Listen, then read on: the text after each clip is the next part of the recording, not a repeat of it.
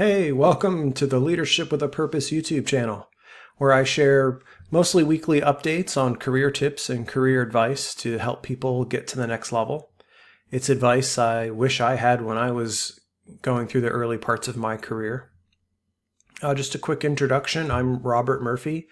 I'm a technologist, an expert in the AWS cloud, a technologist and a best-selling author. This will be my second book, Breaking Boundaries, that we're going to talk about today.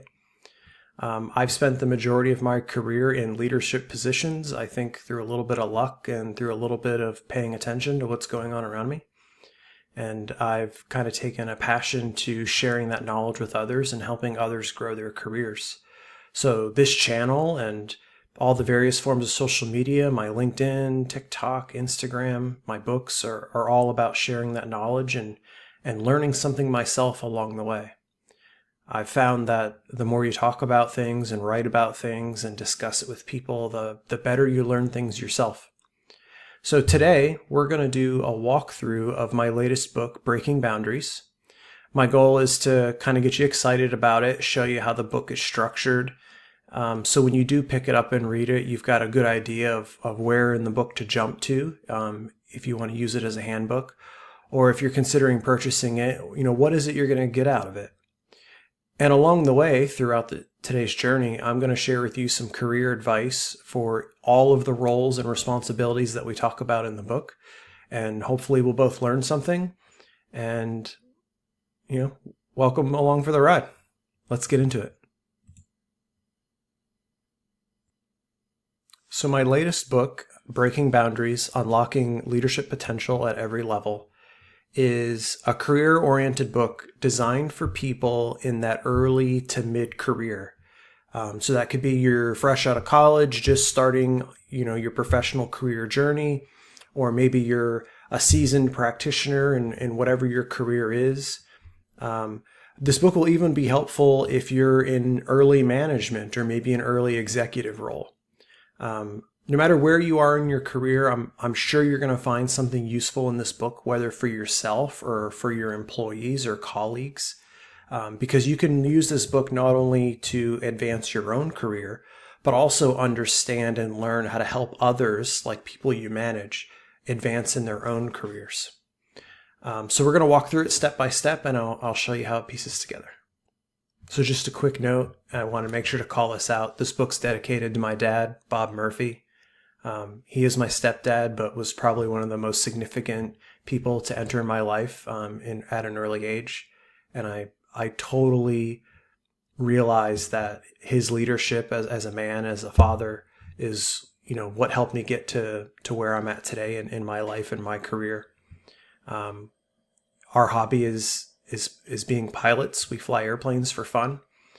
So that's why this is an aviation theme. My dad and I, we have two completely different personalities when it comes to flying an airplane. I'm a bit more rigid and structured and do things by the book, very precise, precision flying as we call it. My dad is a cowboy, rain or shine, he's ready to go. So usually we battle a bit. And this dedication is really an ode to that battle, because there have been more times than not where he's pushed me out of my comfort zone in our hobby. And it's turned out to be a learning experience for me. It was the right thing to do. So thanks, Dad. So as we jump into the meat of the book, I really want to start this off on the right foot by reading you this quote by Napoleon Hill. "Do not wait. The time will never be just right. Start where you stand and work with whatever tools you may have at your command."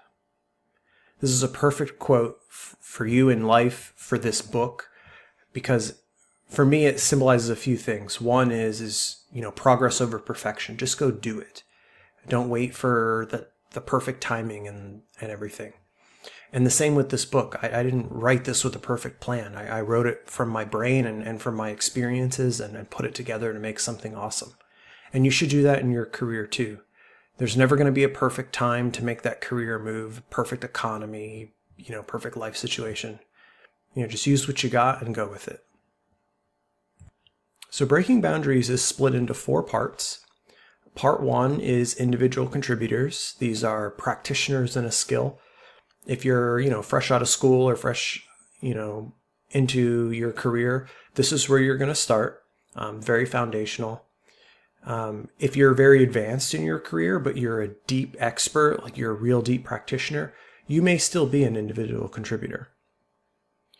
Part 2 is about management, starting all the way from a supervisor, where maybe you have a dotted line to some people where you are leading a team, all the way through senior management, where you're overseeing multiple departments. Part 3 is about running a business. And this is where we start to get into the executive level, where you're starting to create a vision and strategy and overseeing the relationship of multiple departments and how they, work together to execute the vision of the company. And the last part are timeless leadership principles. And these are for anyone at any level. I really wanted to throw a few little tidbits out there in the form of these chapters to give you an idea of what a workplace culture is, what some of the dynamics are, and how at each of the roles that you're going to be in throughout your career, how you contribute to that culture and contribute to the value of the business by navigating some of these challenges.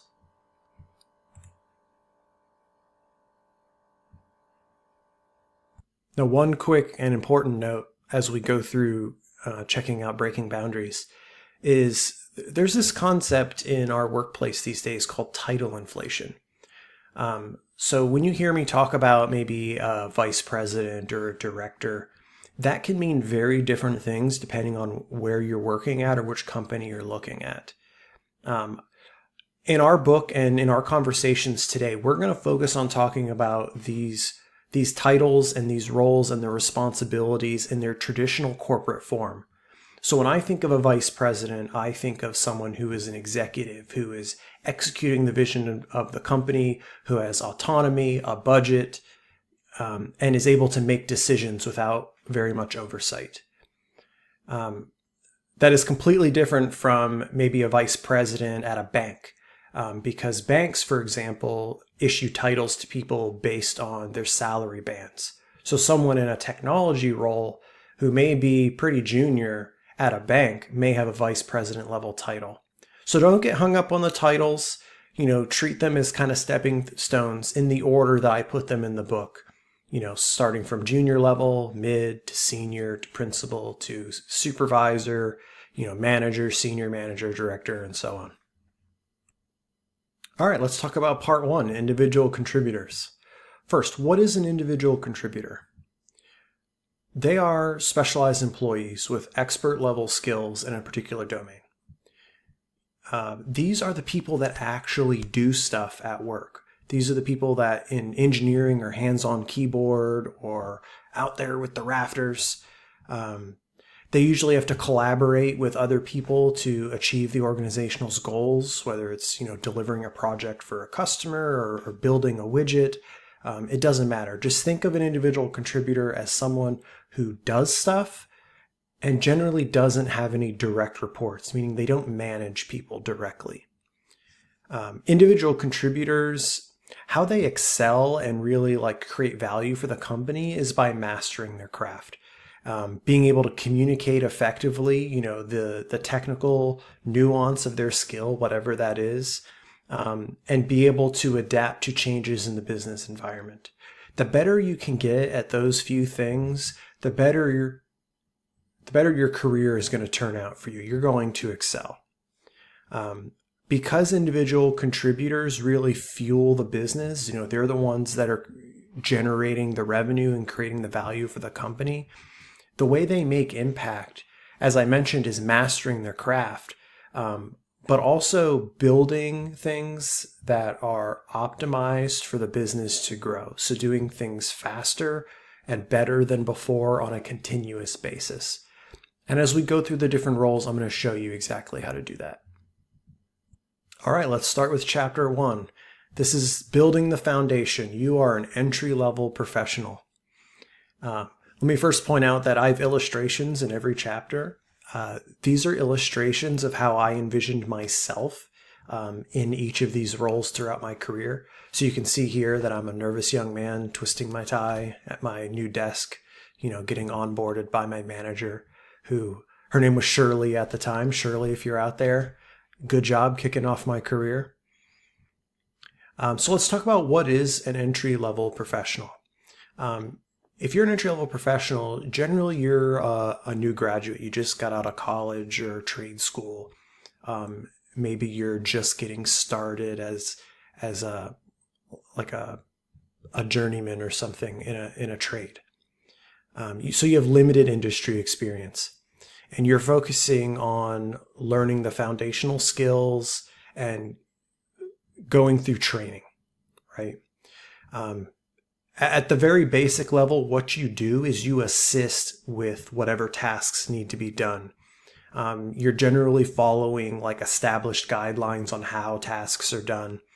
And your main focus is understanding what the business does, how things are done, and getting exposed to different tools and technologies and methodologies along the way.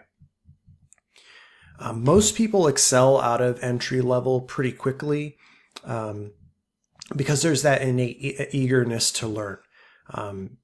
As you start to pick up skills and start to work on things, you're going to learn how to adapt pretty quickly to when you get feedback from your leadership.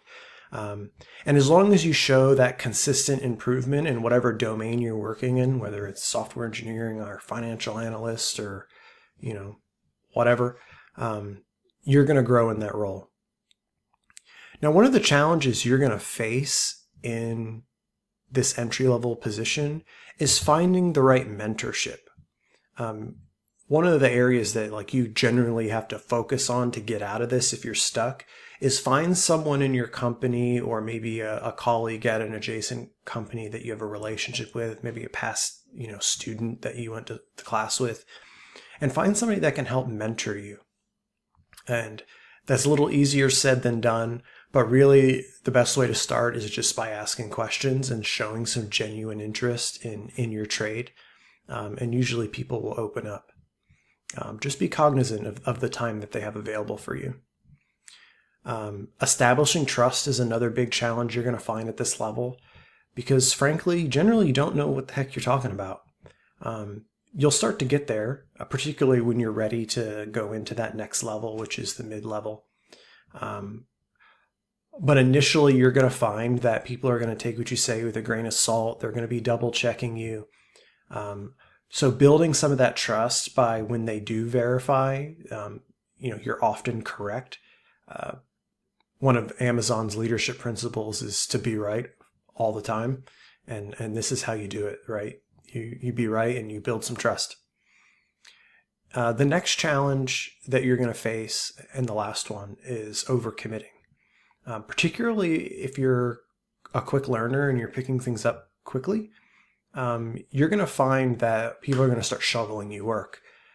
So it's really important to, when you're in this position, to balance what you want to do and what you actually can do, and make sure you don't overcommit yourself to work.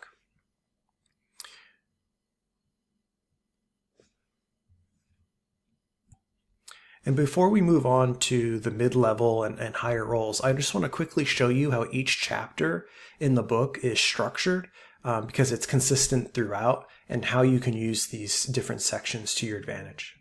So we're going to look at entry level. First, I'm going to set the stage for you, much like I did just now with chapter 1. I'm going to talk about what the key expectations are in the role. And this is looking at it from like an adjacent, like objectively, what is it you should be doing as an entry-level professional, regardless of your career? Your sphere of influence is probably the biggest part of this book, and where I really want you to focus is understanding that where you are in the company, who you have the ability to influence. So at the entry level, you're really only going to have influence on other colleagues that are at your same level, and maybe one level up, maybe somebody mid or senior who may be mentoring you. But as you grow, that sphere of influence not only expands horizontally, but vertically as well. And we'll talk about that. Next thing is characteristics of high performance in the role. These are going to be a few talking points where I'm going to show you like what a star performer in this given role is going to look like. And what you want to do is take note of which of these that you're actually a high performer in and which ones you are not, and start to create a plan and goals for how you're going to get there to really shine through. Next up is characteristics of the next role. And this is where you're starting to prepare yourself for promotion. It answers that question. Am I ready to move to the next level? If you read this section and you're looking at going from entry level to like a mid or staff level engineer, let's say, if you're not checking most of these boxes, you're not ready. And those are the areas you should focus on. So this section looks one level ahead from where you currently are to kind of give you an idea of what it is you need to do when you get there, if that makes any sense. Next up, and again, this is a huge part of the book as it relates to the sphere of influence, is how to create business value and influence. These are the two main themes of the book, right? And a lot of people get this wrong. It's not about how hard you work or the amount of work that you do. It's about whether the work that you're doing is creating value for your customers or for your own business, ultimately generating more revenue, and also your ability to showcase the work that you're doing. You know, to give you a shorthand example, if you're working really hard and your project's making the company oodles and oodles of money, but nobody's paying it any attention, who cares, right? So it's your responsibility to make sure that when you're doing something awesome and the product of that awesome is creating business value, that it's being recognized. And I'm going to give you tips throughout the book at each level on how to make sure that what you're working on gets recognized. So when you're ready to move to that next level, there's no question about it. Next up is role-specific challenges. And we're going to talk a lot about these today. But I just wanted to give you a couple ideas on where you're going to face some challenges at each role and where you're going to fall into traps. Common pitfalls. These are things I've seen, either in myself that I've fallen into or am still falling into, or where I've seen my employees or colleagues fall into these traps. So these are things just to keep in mind, like to watch out for and try to avoid if you can. It's not always possible, but at least you go into it with your eyes open. Next up is words of wisdom. Every chapter, I like to close it with a quick cliche that captures the overall essence of what we're talking about, and then sets you up to ask you some questions to yourself to self-reflect on the position that you're reading about. So in this case, as I mentioned a moment ago, like don't mistake effort for results. You can be working really hard but not generating business value. So the question ultimately is to think back on what you're working on. Like, are you working hard on things that matter, or are you just working hard? We often call this busy work. It's really important that you figure out when you're being assigned busy work, because then you can prioritize that pretty low and focus on the things that actually matter. And the last part of every chapter of the book and every role throughout the book is a conclusion preparing for the next level. This kind of takes the characteristics of a high performer and the characteristics of going to the next level and pulls them together in a nice narrative, to kind of give you that closing on, are you ready to move on? And last thing I'd like to add is throughout the entire book, it's written as a narrative. So I use real people and examples from my real life and colleagues. Of course, I've changed names and positions around to anonymize those instances. But it's going to read more like a story. You're going to be following the journey of multiple people throughout their careers as you go through the book. All right, chapter 2. Let's talk about being mid-level or staff level. This is someone who is a professional with a few years of experience, could be lots of years of experience. In fact, this level is often a stopping point for a lot of people in their career. Because beyond this level, when you start getting into seniority or management or executive level, you're trading stress for money. So a lot of people stop here at this mid-level. This is where you're trusted to do high quality work. You're able to mentor other team members, junior team members, or other mid or staff level people. You often have ownership over one or more projects or processes, and you're highly specialized. You are really good at what you do, and you're consistent. People in this role to excel are those who have a really deep understanding of their domain. They're an expert in their field. They have really refined communication skills, which means they're able to communicate their ideas maybe to laymen, non-technical people. And they're proactive in, improving the product or the business overall. They're really well-refined practitioners of whatever skill, to keep it short and simple.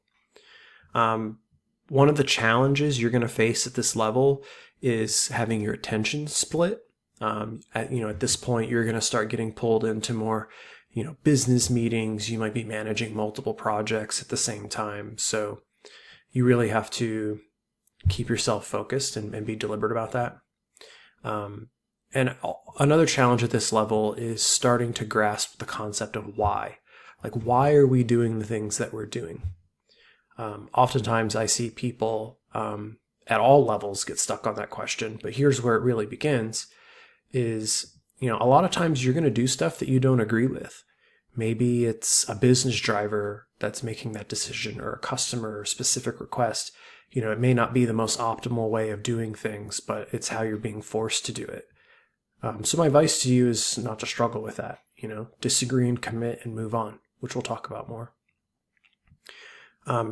If you're looking to ascend out of this role into maybe a senior level position, focus more on strategic thinking. How can you optimize the projects or the processes that you're working on? How can you expand the influence among your team or among adjacent teams? And be able to consistently demonstrate thought leadership. So not only are you an expert in your domain, but you're starting to kind of push the boundaries of it a bit, and start to change the landscape of the domain in some way. All right, chapter 3, moving into a senior position as an individual contributor. You'll often hear this called senior, like senior financial analyst or senior software engineer, or maybe a principal engineer. At this phase in your career, you're a seasoned expert. You've got a lot of years. Generally when I start thinking someone is senior, they've got 5-8 years experience minimum, depending on what domain and expertise they're in. You're a thought leader. So not only are you an expert in the domain as it is, but you're also pushing the boundaries of that. And, you're starting to innovate in that space. And you also have a good track record of high performance contributions to one or more businesses. You can kind of get to senior level one of two ways. One is you get promoted up into it because you've made an impact. Maybe you've put your time in. Maybe you hit a salary cap that pushes you into the senior level. And the other way is you're not getting what you need from your existing employer, so you look outside and you look to grow into that senior level. Now, what does a senior level person do? They're individual contributors primarily. So you're a doer. You're primarily working on delivering whatever it is that generates value for business. But in addition to that, you are driving at some level the organizational strategy of whatever product you're building. So you're making sure that it's designed or executed in a way that's sustainable and cost effective. You're also a mentor. At the senior level, you should expect mentoring to be a significant part of your day-to-day responsibilities. When I look at senior engineers as an example, I work in the engineering space. I push senior level people to spend 20 to 30% of their time mentoring or doing leadership activities in some way. Maybe it's sharing knowledge. Someone at the senior level really excels when they have that technical mastery, meaning they are an absolute expert in their field. They're the go-to person on that given domain. But they also have that strong communication skills to communicate those complex ideas to non-technical people. Now, that's true with mid-level as well, but the distinction I'm going to give you here is being able to communicate a vision, right? So you're taking a product or some solution that you've developed, or a project that you're working on. You're not just communicating how it works and what it does. You're able to communicate the vision and kind of put that business perspective on it. How is this going to make more money or drive value or help your customers? Looking at it with a longer tail. You're also going to be at this point kind of championing the standards and the best practices for how your junior level people operate. So in my field of engineering, that might be setting like programming practices or coding standards, creating processes around how things get deployed out to customers. I'm sure there's more examples. Some of the challenges you're going to face at the senior level is you're going to start to have some kind of reporting structure now underneath of you. It may not be direct reports, as in you have employees that you have to manage, but you may have what we call dotted lines to people where you are their supervisor or a team lead. You directly influence in some way what things they work on and how they approach the tasks that they're doing. You're also going to have to be comfortable with having split attention. You will be in lots of meetings, that are business level, that are project level, that are about the people you're working with. So being able to context switch becomes really important. And the last thing is you're going to have to face this challenge where you're going to have to create a positive learning culture around you. I talk a lot about mentoring at the senior level. If you do this in the wrong way, you'll actually create more work for yourself. One example of this in the engineering space is when you're mentoring somebody. If you don't give them the tools to solve a problem on their own, then they're going to become reliant on you. So you're constantly going to get, pinged on Teams or Slack, or however you communicate, email, about problems, and you're going to get in this cycle where you're constantly solving other people's problems. So the challenge there is, creating a good culture of learning and growing for people where they have the tools to do things themselves. If you don't do that, then you're going to struggle to stay focused. Now, moving out of the senior level, you kind of hit a fork in the road here. The way I see it, you have really three options. Other than being comfortable in this role and staying at this level. The one path you can take is now going down the management level, where you start becoming less of a practitioner and more of a people manager.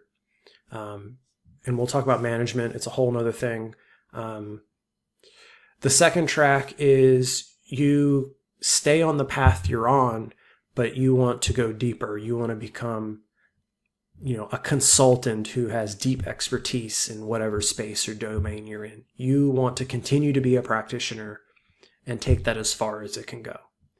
Now, in engineering, a lot of places, the highest level you can get in pure engineering is like principal level, at some of the bigger companies or companies that have a lot of influence in the market. They'll have what they call distinguished engineers, where there are very few of them. They make a whole lot of money, but they're like paragons in their space. And the third path you can take is the executive path, where you start trading off your skills as a practitioner and learning more about the business side of things and how to take those skills and provide additional value for the business or the business of your customers, which we'll talk about more when we get into business leadership in part 3. All right, time to jump into part 2, management. This is a very broad term, so let me set the context for you. There are different types of managers. There are people managers. There are project managers. There are project managers, just to name a few. There are a lot of similarities in all of those, areas of management.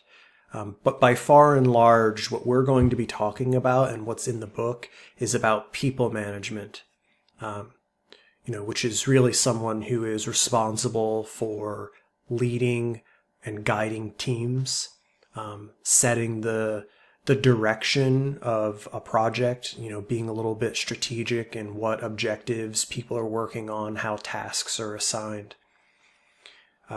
What you're going to do as a people manager is a lot around organizing team efforts around organizational goals. You're going to get orders from the top down that, say you need to have a team on this project to build this thing. You're going to figure out who the best people are, which people on your team, should or shouldn't be assigned to it, who's going to need more, accommodation or support. Your goal is going to be to help foster collaboration on the teams that you represent, and ultimately make any decisions that need to be made in terms of, your area of responsibility and what comes out of those projects. Managers really excel when they have very strong communication and leadership skills. It is absolutely essential that you work on these soft skills if management is the direction you want to go. When you have employees, particularly if they're insecure for whatever reason, they hang on every word you say. And everything you say will be analyzed. So it's important that when you do speak, you speak clearly. You speak in alignment with the vision and, the direction of the company. And you build trust with your team members, by having some form of empathy and ultimately accountability. And what I mean by that is you can still toe the company line. And withhold that vision, but still also be a human being, be humble and understand the perspective of your team while still delivering bad news or delivering a mandate from the business side. Now, to ascend out of management into, let's say, the executive level, is really about success, right? You're able to deliver consistent success. You're achieving your targets. You're able to champion strategic initiatives. So you're able to take an ambiguous idea and see it develop all the way into a successfully executed project. And you're able to refine people. So you're able to find those diamonds in the rough when it comes to people. Someone who's really successful in the management will be able to take someone junior level and see them surpass yourself in terms of your career capabilities. And that really shines through. And then the last thing I want to mention is business acumen. It's really not an option when you start getting into senior and management levels, that you understand the business and how it works, why decisions are made the way they are, why some of these choices we make are tough and hurtful, to people. Because, ultimately you're going to have to be in the position of making those decisions if you go down the executive path and you expand out of management. So let's dig into it. So chapter 4 dips into the first level of like formal managerial authority, which is being a supervisor or a team lead. You may or may not have direct reports at this level. But primarily what you do is you're a coordinator. You make sure that the teams that are working with you are executing whatever operating procedure that you have. You're assigning and overseeing tasks. You're setting and maintaining expectations. And overall, you're just ensuring that things are running smoothly. Usually at this level, you're not setting the direction of a project. You're making sure that whatever you're working on is happening, and it's happening to the standard that's required. You're taking some of that burden away from the management team themselves. Someone in this role is going to have strong communication skills. You're able to kind of have the cojones to, when you observe a problem, to quickly step in and make corrections. You're able to explain why something may not have been done correctly. You're able to communicate your ideas effectively with both the people that are working for and with you and the people that are working around and above you. You have great organizational skills, so time management is absolutely essential here. You're one of those people, you always know where something is at and, throughout the phases of a project. You're also able to influence peers and stakeholders. So you're generally somebody that they come to when there's a question about the status of a project, or if there's something hung up. You're going to be that person that speaks for the group when it comes to like task structure. To ascend out of this role, it's all about being able to consistently deliver results, right? The people that are working for you are doing their jobs at a very high standard. It's consistent.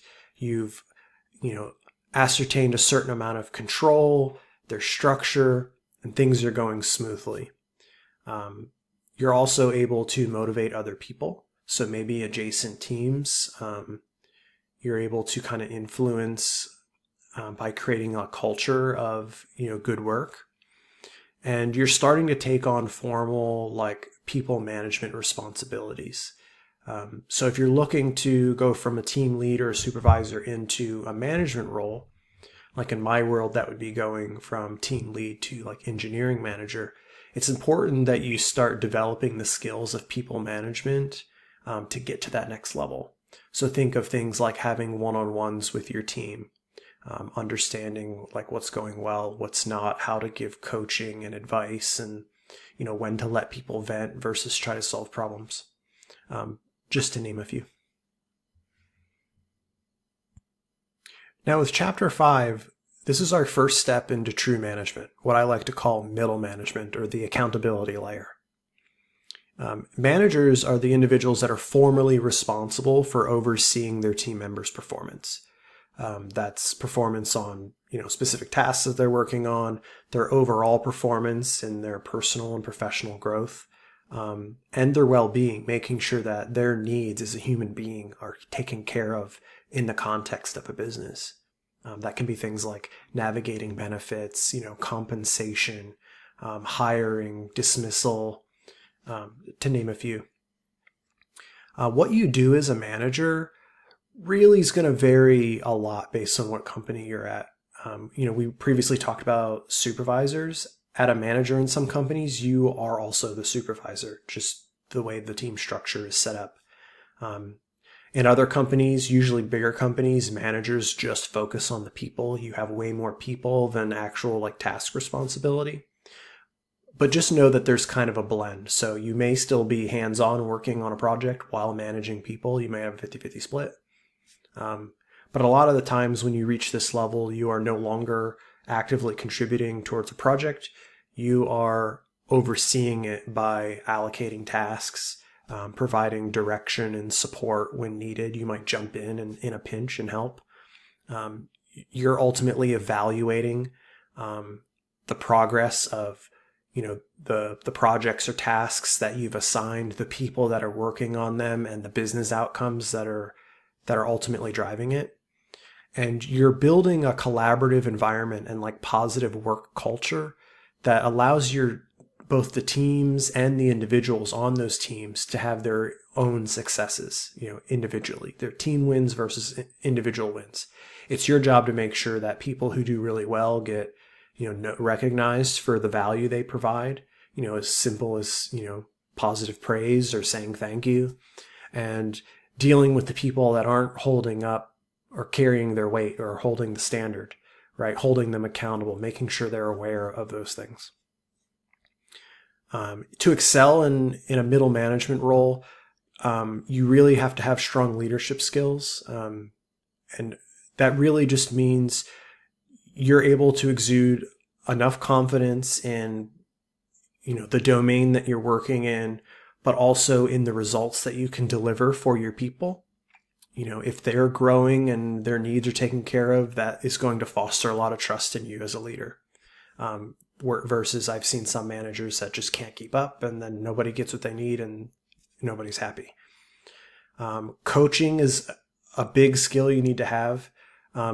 We kind of touched on this a moment ago. You need to be able to tell people when they're doing a good job, and also have the cojones to tell people when they're not doing a good job. There's a lot of strategies to that. Everyone has their own style. But as long as what you're doing is working and your people are growing and they're happy, then stick with it. Being able to resolve conflicts is one that a lot of people get stuck on. I myself get stuck on this one. But you ultimately need to get comfortable making decisions, even if they're not in the optimal setting. A lot of times at this management layer and above, from basically here on out, you're going to have to make decisions based on, your experience, your knowledge, what little information you have, and just take the risk that you're making the right decision and being comfortable with that. Getting to the next level, like a senior manager or somebody who manages managers, is about consistent team success. You consistently are able to grow people in their careers. You're able to cultivate strategic thinking in the people that work for you. When I have managers working for me, I try to make sure they have a nice blend of team members. So they have junior, mid, senior, principal level people on their team, so they get to see the whole spectrum. So being able to instill that thinking and help people broadly across those responsibilities is really important if you want to get to the next level. All right, jumping into chapter 6, we're talking about managing managers now. Some places this is called senior manager, not always, because you could be managing supervisors, which means you're just a manager, right? But that's still managing managers. So who are you if you're managing managers? You're a leader that's ultimately developing the professional and personal growth of other managers. Right. So you're providing that high level oversight across multiple teams and multiple departments that your managers are ultimately overseeing. So your line of thinking is less about individuals and more about how your organization overall wants to treat the management of people. So you're working with your managers to understand what strategies they're using with their team members, what's working, what's not. And also trying to interpret what maybe your people leadership or your HR team is looking to accomplish in terms of the management of people and bridging those together. One of the things that I do when I'm managing other managers is, try to get everybody operating on a same standard when it comes to, let's say, doing performance reviews. When you're managing managers, it's really your role to decide how we determine the performance of our teams in a way that's fair and sustainable and efficient. Because you can't just trust managers or supervisors to do it on their own, mostly because there's bias there. So you need to leverage HR and executives at your company to find ways to accurately and objectively measure performance. Just one example. So what you're doing as a manager of managers, you're looking at more broad strategic objectives. You might be looking 6 months or a year down the pike in terms of what staffing needs you have, what projects are coming down, how the company might be shifting their product or their vision. You're ensuring that leadership is executed at your level and below in a consistent way that is high quality. You're also the facilitator of cross-team collaboration. So if two desperate teams need to work together in some unusual way, you might be the bridge to connect those two teams together. Particularly useful if you're trying to connect stakeholders that otherwise wouldn't have talked to each other before. Your knowledge of the organization and your influence will be able to make those connections. Someone in this role really excels if they're able to create leaders in other people. So not only are they able to, manage individuals and create leaders, but they're able to create leaders by extension of other people, if that makes any sense. So you are developing the leadership skills of managers, which are then taking what they're learning and developing the leadership skills of, other individual contributors, as an example. You're able to maintain a really clear vision of the big picture of your business. So you understand like where we are today and what our performance is, where the company wants to go. And you're part of that strategy in terms of the people and the execution of getting us there. So you're taking direction maybe from a vice president or a senior manager, and you might be collaborating with like a director or some other executive. But you're ultimately taking that strategy together and finding a way to scale it out to your teams so that way they can execute. Again, if you're looking to ascend out of this role and go into the executive level or maybe senior manager level, we go back to strong, consistent results. If you're able to do all of the things we've talked about consistently and you're able to measure what you've done, then you're ready to go on to the next level. And measuring is a big thing. At this point, you should have data to back up every decision you make and every outcome you've achieved. Chapter 7 is about senior management. And this is about taking leadership across teams and scaling it out, right? Looking at the big picture. If you're a senior manager, then you are a seasoned, very experienced leader. This isn't new to you. You probably have 10, 15 years of overall career experience at this point. You've demonstrated time and time again that you can produce results and create leaders out of other leaders, and that you can measure the things that you're working on. Generally, senior managers are overseeing multiple managers of managers. And you often have more complex functions within the organization. So a lot of senior managers aren't pure in that they're just a people manager or just a project manager or just, a project manager. In the book, and what we're going to talk about is people management. So more often than not, like you're a people manager and you may be people managing internally and externally. So a great use case for a senior manager is overseeing multiple delivery teams that are building products for customers, but you're also managing the customer side, helping them integrate your products or work with the sales team to get them the people they need to go out and sell your product. You might be thinking more in terms of, how can we be more operationally efficient? Like, what are we seeing at a broad scale? Like, again, scale across the teams. Like, what are patterns that we're seeing that we can improve on to make things more efficient, to make people happier, to make our product better, to make our customer more likely to buy, whatever that is. So think complex functions. You are definitely juggling at this point. You're no longer someone who's got 2 plates spinning. You're spinning 5 or 6 plates. And this is really the point in your career where you're starting to trade money for stress, right? So if you're someone who doesn't like stress, you like sleeping at night, maybe getting to this point is a good stopping point for you. Just wanted to hammer that home because we're at that level now. In terms of what you do, you're driving strategic priorities, right? So again, at this level, we're not thinking about what's happening today. We're thinking about what's happening tomorrow.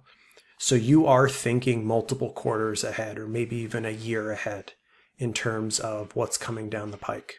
You're making sure that we're hiring the right people to fit the skills that we need, in those future phases of the business. You're taking those ideas that are coming from your teams in terms of like how you can make things better, more efficient, optimize, cheaper, faster, better, and actually putting process into place to make those things a reality.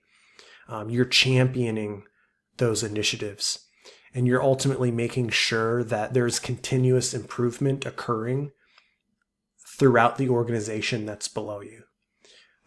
If your organization is stagnant, like your teams are not growing, things are just status quo, there's no change, you're not doing the right thing.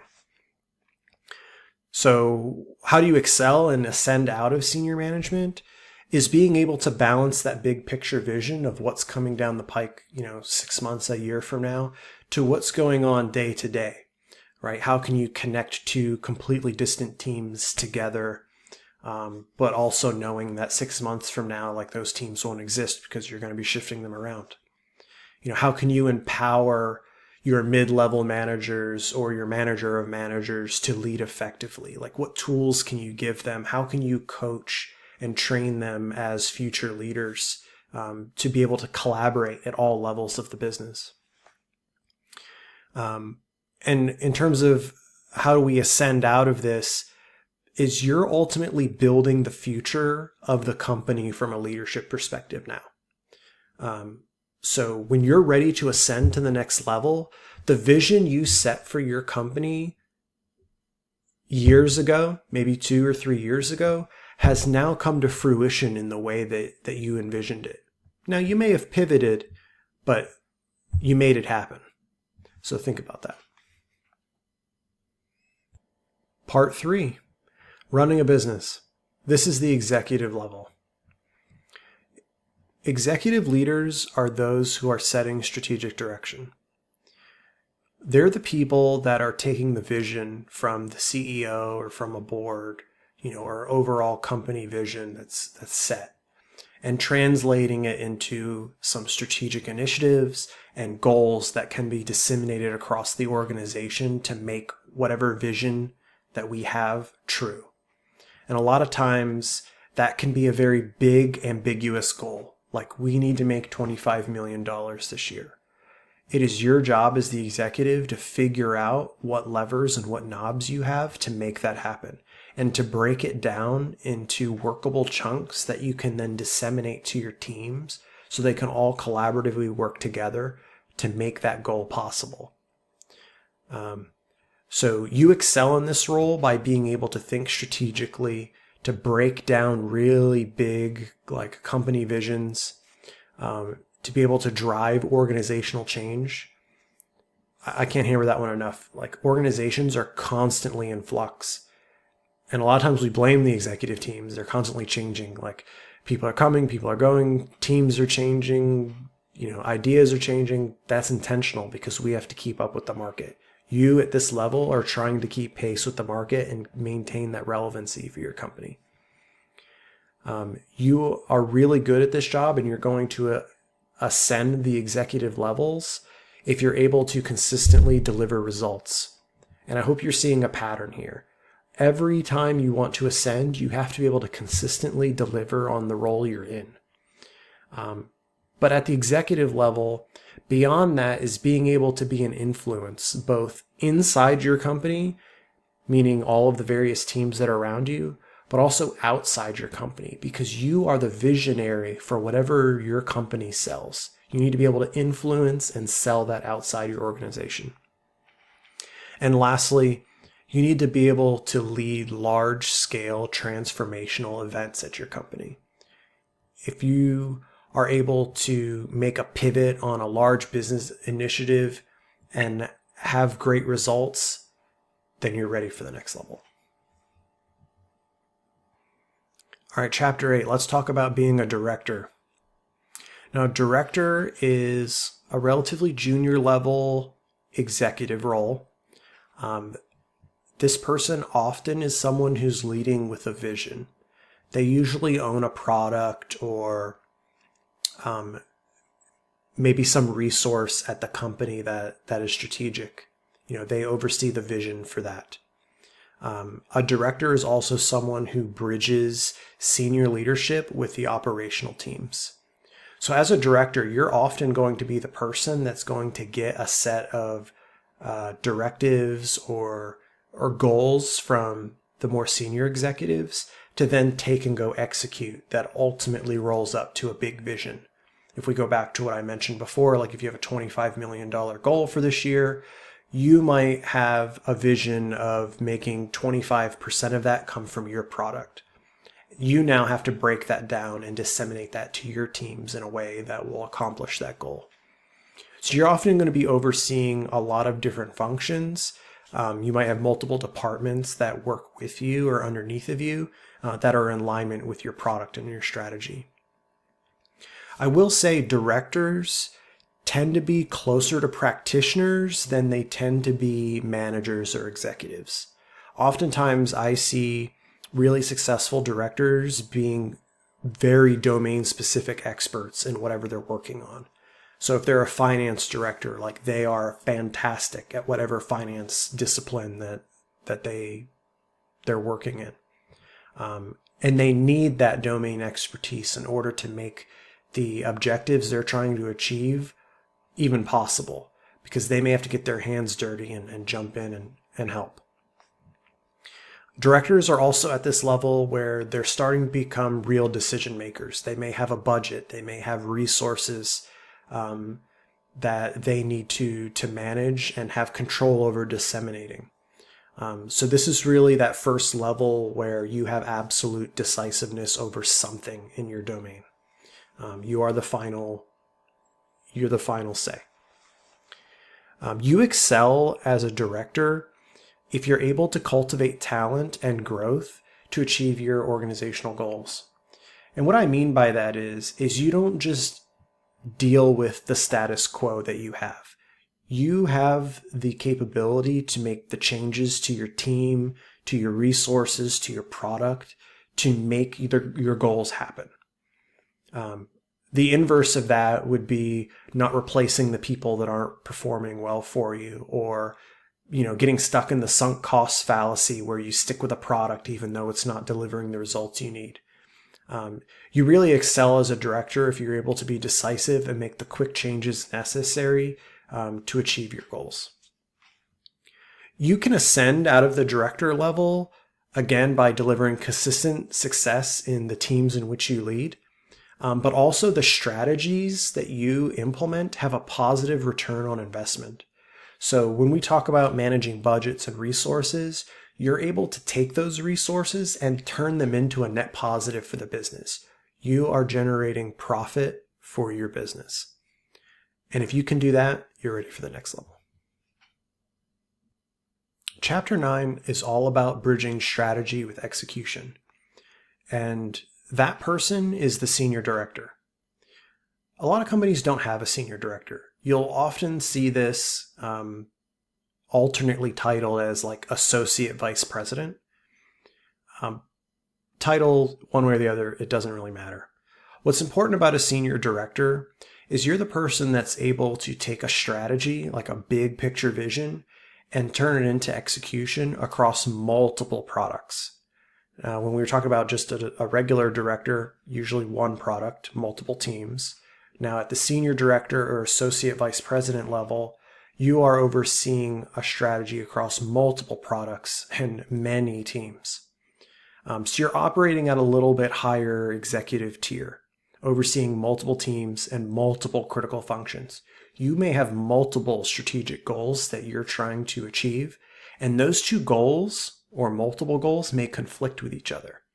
And that's really what makes a senior director stand out, is you're able to make the compromises or manage resources effectively to make competing goals work well together. So what you're going to be spending your time doing is creating a lot of cross-functional like alignment and efforts. You're going to be working with multiple teams to get them to work together. You're going to be managing like complex resource allocations. You may have a skill set that you need in two places at the same time. How the heck are you going to make that happen? You're going to figure it out. But you're also driving innovation across multiple teams. If you recall earlier when we were talking about like senior principal level practitioners, individual contributors, they are experts in their domain and they're thought leaders. That's what a senior director / associate vice president is. You're starting to get that where you're not just taking the strategies and implementing them. You're starting to build the strategies and drive these things down the line from you. You are part of the team that is setting the vision for the company overall. Your input from your experience on the ground working with, your team members and the different projects, all of that input at this level is starting to be considered in which direction the company is going to take. So a lot of this is foresight. You are now thinking a year, maybe 2 years ahead of time instead of 6 months to a year in some of the like manager or junior executive levels. You're trying to figure out like what innovations you need to make to be ahead of the market. Like, how do we differentiate ourselves before we even know what the differentiator is? A great example of this is, in today's day and age, everything's about AI. The companies that had great executive teams that knew AI was coming because they were just that close to the pulse are now doing fantastic, where a lot of companies are playing catch up on technology. So for you to really excel in this role, not only do you have to deliver consistent, successful results, again, we're seeing that pattern, you need to be able to create that organizational impact across multiple products and teams, but you also need to start looking towards the future and start driving the company in a direction that it doesn't even know it needs to go in yet. And when you can start to predict where the market's going to go and how you need to build your products to meet your customers' needs before they even need it, that's when you know you're ready to move on to the next level. All right, chapter 10, let's talk about being a vice president and beyond. This is where we start thinking about shaping the business. As a vice president, you are an extension of the senior executive, like management team, your C-suite, right? You might be an extension of your CEO or your CTO or CFO, depending on which tower you sit in your organization. Ultimately, your senior management team is going to create a vision and set the direction and the pace for the company. Your job as a vice president is to see that that's executed using whatever tools you have available to you. So at the vice president level, you're a senior leader at the company. A lot of the decisions that are going to be made day to day and in the short to medium term strategically are going to be made by you. You have been trusted with driving the business, broadly speaking, in terms of initiatives. You're going to oversee a substantial amount of teams. You're going to have your hands in a lot of pots. You're going to be involved in a lot of the key functions of the business, but with that special lens of it being strategic impact. You're less concerned about solving day-to-day issues and more worried about how you can see patterns in issues and how those day-to-day functions may ultimately affect the larger organizational goals. So what you're doing as a vice president is you're setting long-term objectives, right? How do I take this big $25 million goal and break it down into something that I can then distribute to my product teams or my sales teams or your finance teams to make it happen, right? How do you realign the business or refocus the business or your product to make those goals achievable? You're thinking real big picture here, and you're operating at a level that doesn't allow you to get in the weeds of everything. You have to be comfortable with trusting other people to be a successful vice president. That means you've gone through all of the learning phases of managing people and building and fostering trust, getting used to delegating tasks and, being able to coach, guide, and mentor directors and senior managers. You're able to set standards and maintain a high bar in terms of efficiency and like optimization and whatever it is you're building. You're also a visionary. You may be working with your CTO, your CEO, using your domain expertise to decide where the business is going next because you are the right hand of that senior management level. So you bring all of the experience of the organization with you into those conversations where everyone else just cannot be present. Now, ascending from a vice president, again, is about demonstrating consistent, proven results. But I also want to add that as a vice president, much like when you're a senior executive, a lot of this comes down to influence, both internally and externally. You have to be able to influence anybody at your company, both up and down. You have to be able to manage your managers in terms of their expectations and needs, and you need to be able to manage the directors and senior managers all the way down to the individual contributors that work for you. It's important that you're able to operate at all of the levels within your organization, because you're going to be the person ultimately to come in and solve a problem, make a decision, or offer that coaching at the most awkward times, I assure you. So if you're able to think ahead, work with your C-suite to know where the next innovation is going to come from and put together a strategic plan on how to do it, and you're able to make that happen into something tangible that generates value for the business, then you're a successful vice president and you'll make it to the next level. I hope to see you there. All right, let's talk about the last part of the book, which is part 4, timeless leadership principles. In all of my books, or when I coach people, I always like to go back to some of the basics that are universal no matter what level you're at, and that will help you grow in your career. So let's start with the first one. Vision, strategy, and goals. This is all about leading with a purpose, no pun intended.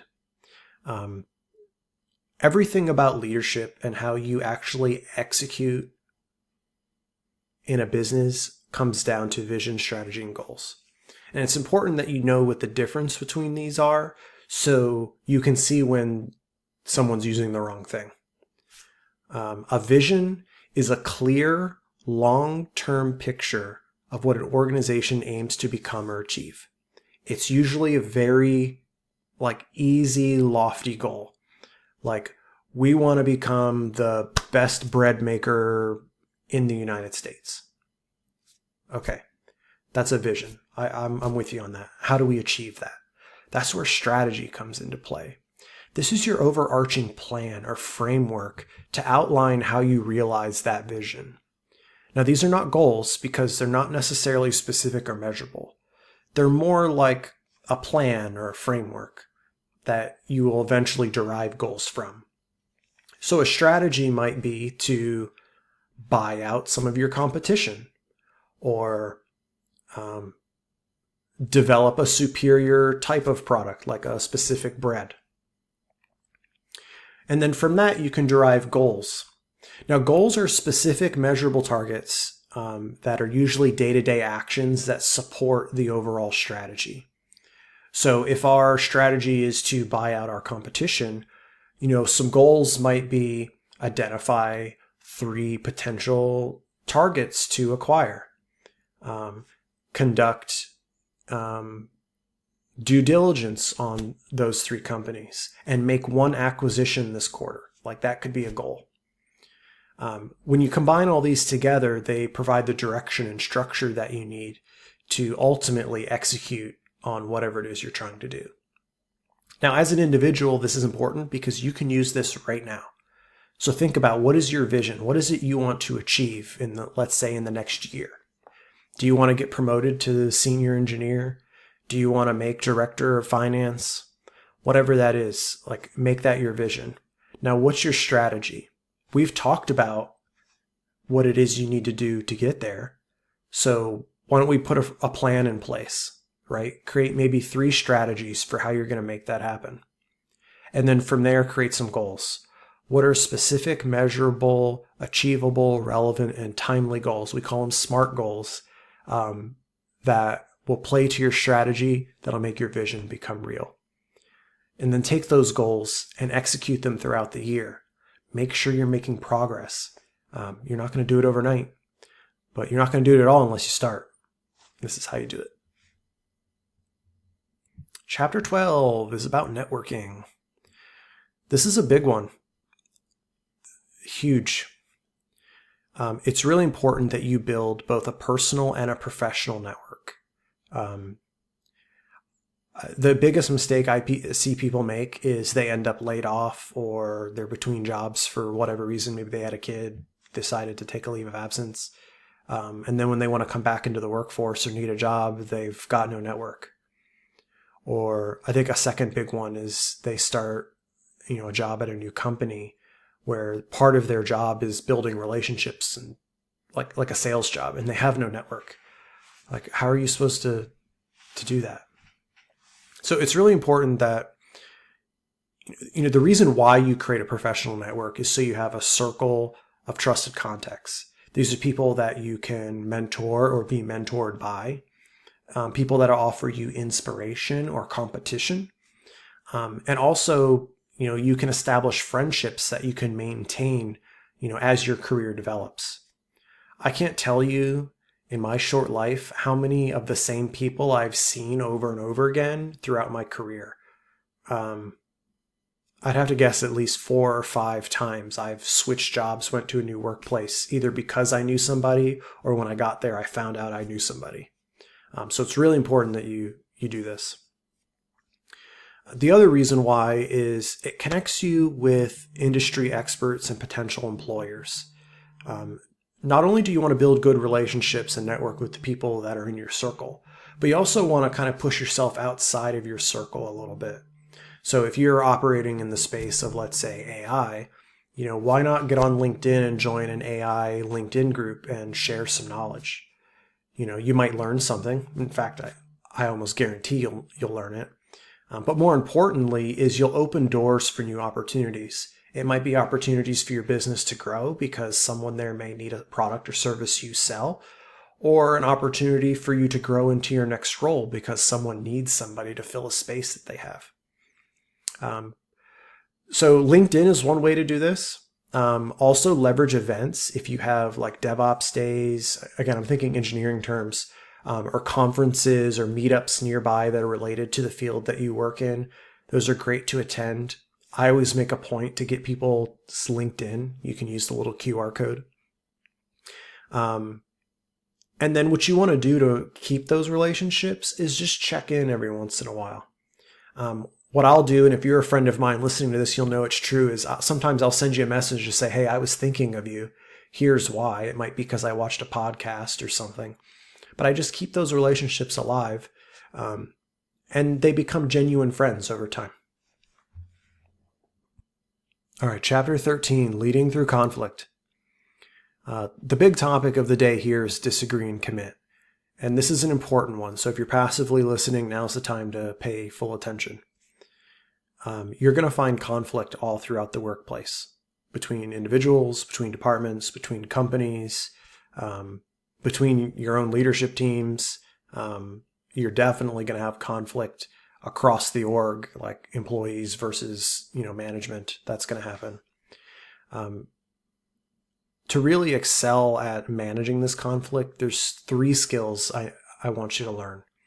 The first one is understanding how to foster like a constructive debate. You're often going to have employees that are going to vent concerns with you, like they don't like the direction the business is going, or they're uncomfortable with something. Maybe there's something that you have them working on that they don't agree with morally or ethically, whatever the case may be. It's important that you allow those people to feel welcome to give their diverse perspectives. And it's equally important for you to be decisive when you make your final judgment. And this goes either direction, whether you're in the position of making the decision or you're in the position of receiving the decision.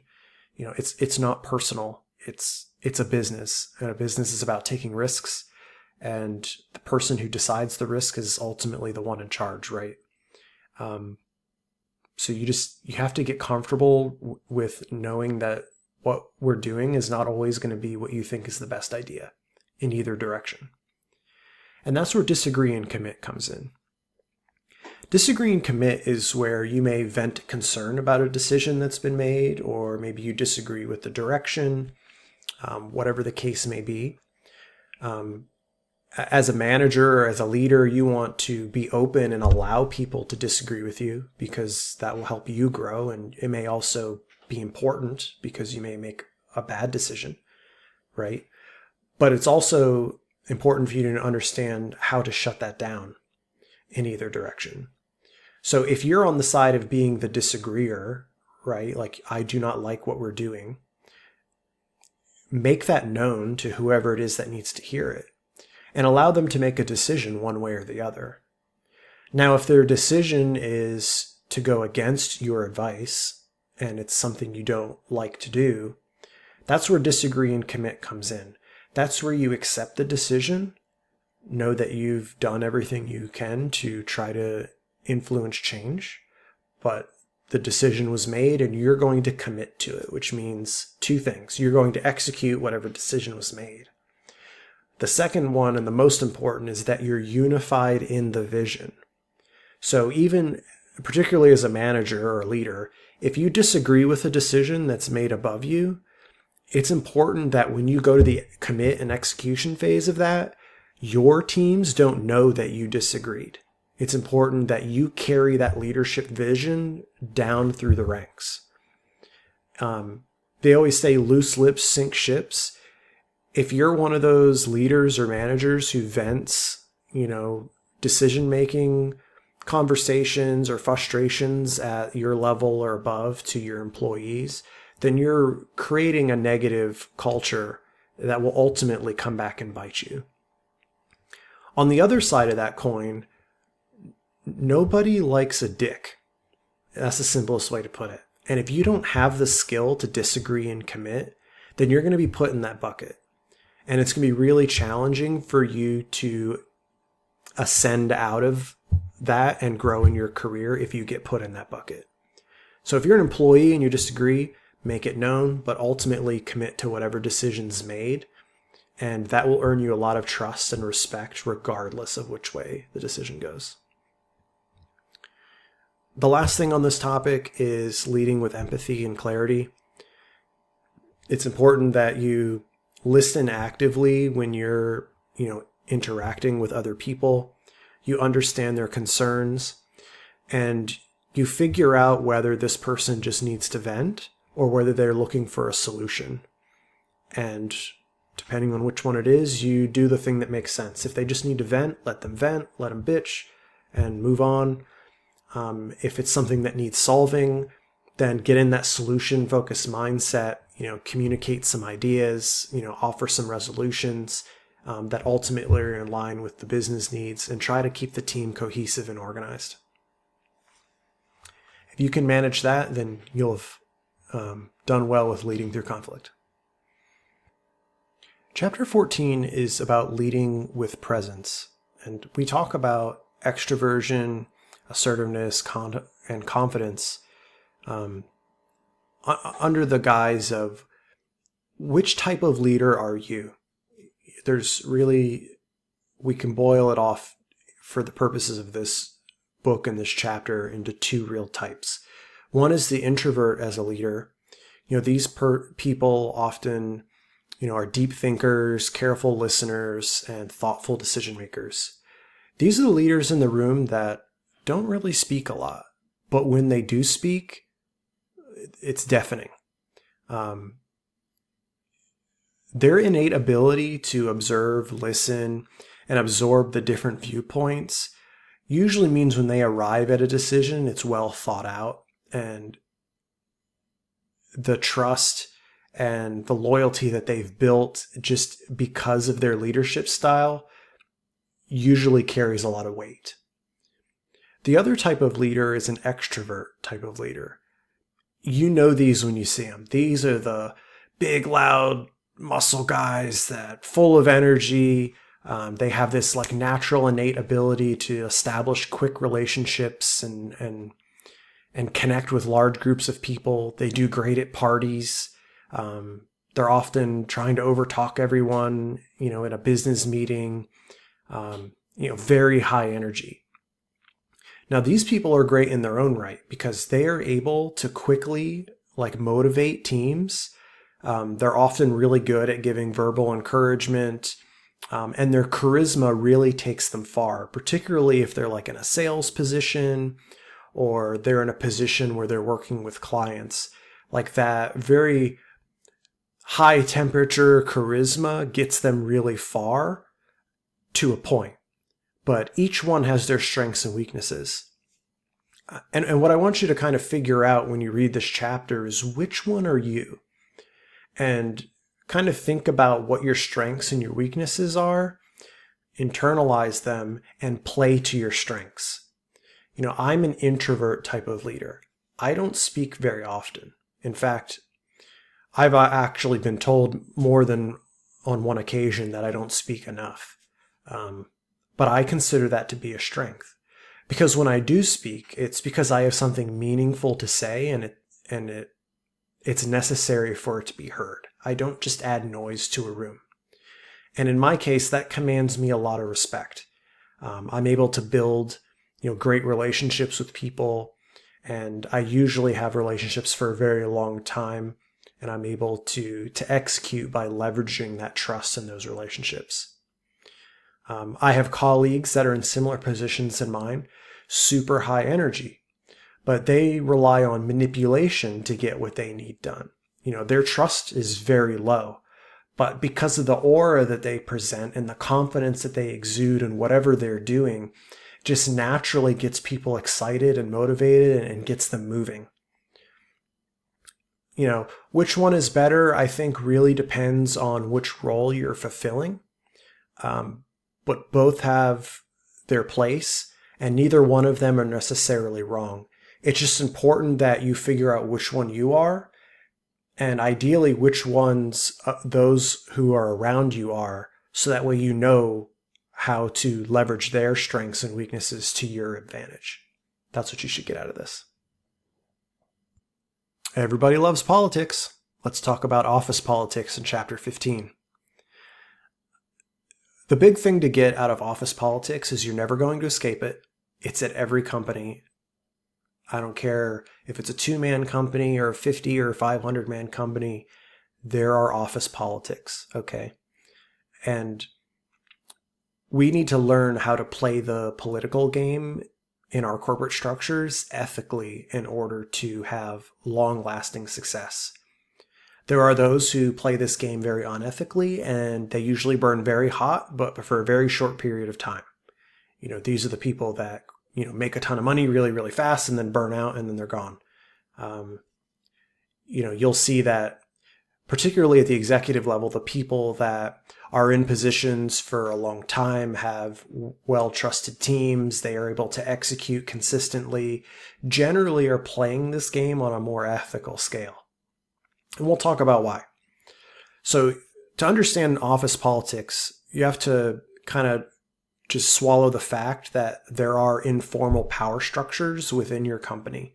And this is really in any social situation, whether you go to the park, right? The police officer by the corner is obviously going to have command if something goes down. If you're in an office, the highest ranking person or maybe the loudest person will have a commanding presence. This same thing happens in the political space in companies, and that's because everyone there generally has a diverse set of interests, personal relationships, and decision-making capabilities that tend to conflict with each other. And I'll give you an example. Your sales executive, their primary interest and their main purpose is to build revenue for the company. They don't really care how it happens necessarily. Right? That is a direct conflict with maybe your delivery team who's building your products, because they want to build the best possible quality product that makes the customer happy, that's built properly, that will stand the test of time. Now, a lot of times those two people will clash because the revenue guy wants to sell whatever it is we don't even have made yet because he can put $1 in the register, and the guy who's making the product doesn't want to do it because it completely goes against, what we normally do. And this creates discourse in the office space. And it happens all over the place. Your CFO will disagree with your CTO because budgets, but one needs the money because it's the next greatest thing. One can't spend the money because we have an audit coming up. There will be all kinds of these things.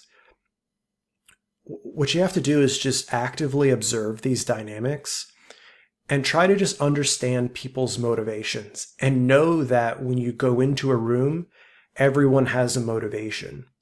So what I want you to practice is, next time you're in your office, you're in a virtual meeting, just kind of look at every person and go, okay, like what is their primary motivation? What's the optimal result for them, right?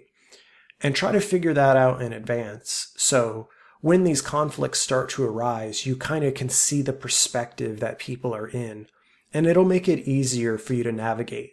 It'll also help you, with keeping the emotional side under control, because we all want to do the best job within our area of responsibility, but we still have to deal with these challenges. The last thing, and this is really where you start to turn this into a strength, is once you understand people's motivations and you get comfortable with the fact that everyone has diverse interests in the business, you can start to leverage that to grow even faster. And how you do that is you want to start working together with people to figure out how your goals and visions align together so you can work together. A great example of this might be you and another executive might have completely different areas of responsibility, but you both have to contribute to some part of the project that generates revenue for the business. That's an area where you guys can work together. And when you start to understand, like, okay, what is your KPIs? Like, how are you measured? Where are you going to get your bonus? Oh, okay, you need to do X, Y, Z. Well, my bonus is based on A, B, C. And I think if we work on this project together, we can both achieve our goals. That's how you can change that and take those like office politics and use them to your advantage, because you're going to manage them diplomatically to establish influence and to advance your career. And once you get really good at this and you get comfortable like having that like honest negotiation with people, you'll see that doors will just open up. You'll get welcomed to be part of the solutions. So we've reached the final chapter of the book, chapter 16. And this is leading with empathy and equality. And the real trait I want you to get out of this chapter is learning humility in both directions. Humility meaning that you recognize that not everybody has the answers. If you're the CEO of a big company, I'm sure you're winging it most of the day. I know I am. And I hope that you realize that, the junior level guy who just started at your company is on the same journey you are, just you're on chapter 16 and he's on chapter 1. Don't be afraid to build relationships with people. We're all human. I know it sounds cliche, but you really have to get that through your skull. So many people are afraid to, go talk to, an important business guy because they're important business guys, or they don't have a lot of time. You can build relationships in little increments if you're just willing to get curious and be interested in people. That's the main lesson. The second thing I want you to get out of this chapter is people first leadership really matters. If you are a decision maker and you have the power to make a decision in the best interest of your people over the best interest of the business, obviously where it makes sense, you should always pick the people first leadership option.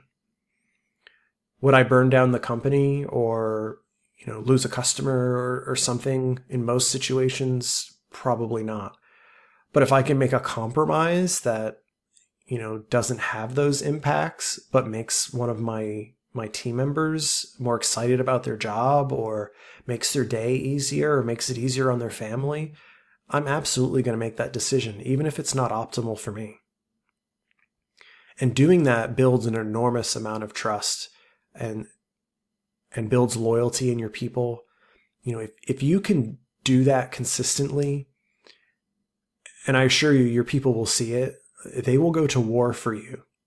And I'm sure if you're listening to this on the other side of the fence and you've seen that in leaders that you have, you'll go to war for them. And that's because you're all on the same team, figuratively. The last thing I want you to get is, bring empathy with you. Every person you work with has a unique perspective. They come from a different line of experience, a different life experience, culture, the list goes on. A lot of times those diversities in opinions are super valuable. And even if they're not, it's important that those people are heard, and at least their understanding or their vision or their ideas are considered. Even if you decide to choose against it, you should be able to defend why you chose against it. And it shouldn't be because you are uncomfortable with, that person's culture or background or experience or skill set. I don't want to get too crazy with the inclusivity thing, but it really goes a long way to just embrace that we all have differences and they have to be considered honestly in order to foster the trust that you need to lead a team. Thank you so much for listening. If you've stuck around this long, that's fantastic. I hope you found what I've shared with you valuable and you found it interesting how the book progresses. You can pick up this book right now on Amazon.com for $4.99 on Kindle. It's also available on paperback, and very shortly, in the next week or so, it'll be available as an audiobook. This is a great reference for you to keep throughout your entire career. Again, no matter where you are, you can always look back and figure out how to lead the people in the roles that you were once in. And you can use this now to look into the future to carve a path forward for you to get to that next level. And the last thing I want to mention is this is the Leadership with a Purpose YouTube channel.